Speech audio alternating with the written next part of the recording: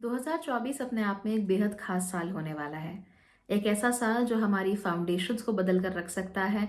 एक ऐसा साल जो हमारी आने वाली ज़िंदगी के लिए एक पत्थर की जो नींव है वो बन सकता है।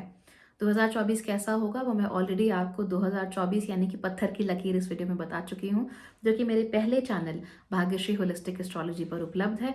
अगर आप लोगों ने नहीं देखा है तो आपको जाकर ज़रूर देखना चाहिए। It's a very very important video.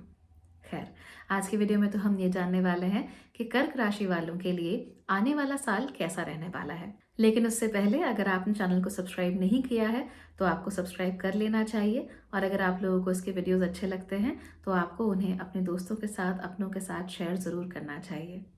अगर आप लोग चाहें तो मेरे 12 हफ्तों के मिनी मेकओवर प्लान का भी हिस्सा बन सकते हैं।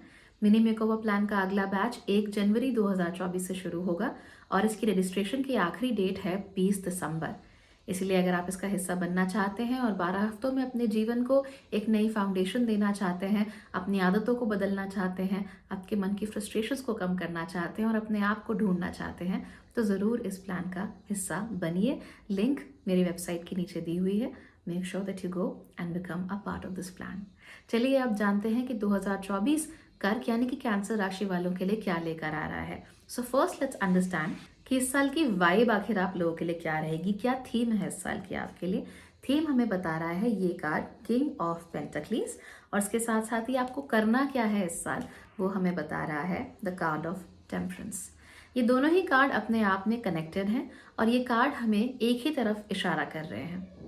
2024 में दरअसल आप लोगों को इस बात का खास ख्याल रखना है कि आप ये डिफाइन कर सकें कि आपके परिवार में, आपके ऑफिस में, आपके कार्य क्षेत्र में, आपकी क्लास में, आपके मोहल्ले पड़ोस में, या जहां जहां भी जिस जिस ग्रुप का भी आप हिस्सा है, वहां आपका क्या प्लेस है, वहां पर आपकी क्या जगह है। लेकिन उससे पहले आपको इस सवाल का जवाब देना चाहिए, आपकी नज़र में एक लीडर कौन है? कौन व्यक्ति है जिसे लीडर होना चाहिए? कौन व्यक्ति है जिसे सबका मुखिया होना चाहिए? घर का मुखिया हो, चाहे देश का मुखिया हो, उसे कैसा होना चाहिए? आपको ये डिफाइन करना पड़ेगा। और जब आप ये चीज़ डिफाइन कर लेंगे, उसके बाद आपको वो मुखिया खुद बनना पड़ेगा। और ये जो मुखिया है, ये कभी भी एक्सट्रीम्स पर नहीं जा सकता, जैसा कि हमें टेम्परेंस का कार्ड बता रहा है। इस मुखिया को हमेशा दो एक्सट्रीम्स को साथ लाकर उन पर काम करने की ज़रूरत पड़ेगी। आप लोगों के जीवन में कई बार ऐसी चीजें आएंगी जहां आपको दो बिल्कुल एक्सट्रीम्स के बीच में चुनना होगा, और जब दो एक्सट्रीम्स आपके सामने आए तो आपको हमेशा मिडिल पाथ की तरफ ही जाना चाहिए। ये देखना चाहिए कि आप दोनों एक्सट्रीम्स को एक साथ मिलाकर कैसे काम कर सकते हो। That is what humanity is also all about, है ना। आपने देखा होगा ना पुराने कार्टून्स में, एक कंधे पर एंजल होता है और एक कंधे पर devil. It looks very interesting, लेकिन उन दोनों के बीच में आपका खुद का दिमाग भी तो होता है, right. So your mind has to be the middle path. आपको ना इस एक्सट्रीम पर जाना है एंजल वाले, ना उस एक्सट्रीम पर जाना है डेविल वाले। For you you have to choose a path जहाँ पे आपके लिए और आपके अपनों के लिए सबसे ज़्यादा मैक्सिमाइज किया जा सके उनकी भलाई को और उनकी वेलबींग को। इस साल आपको लीडर और मुखिया दोनों ही बनना पड़ेगा। इसका मतलब इस साल आपको बहुत ज़्यादा जिम्मेदारी लेनी है।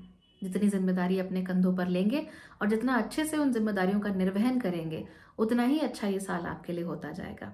अपने घर परिवार को सुखी बनाइए, और जो क्वालिटीज़ आप मुखिया में देखना चाहते हैं, लीडर में देखना चाहते हैं, फ्रस्ट्रेट होने की बजाय, परेशान होने की बजाय, ये कहने की बजाय कि कुछ नहीं हो सकता, वो क्वालिटीज़ को आप खुद में डेवलप कीजिए। और जब आप वो क्वालिटीज़ खुद में डेवलप करेंगे तो आप नोट करेंगे कि लोगों को भी ये नज़र आने लगा है और वो भी आपका साथ देने लगे हैं। जितना हो सके अपने पैरों को बिल्कुल ज़मीन पर रखिएगा। हवा में उड़ने की इस साल बिल्कुल ज़रूरत नहीं है। Be very realistic, be very grounded.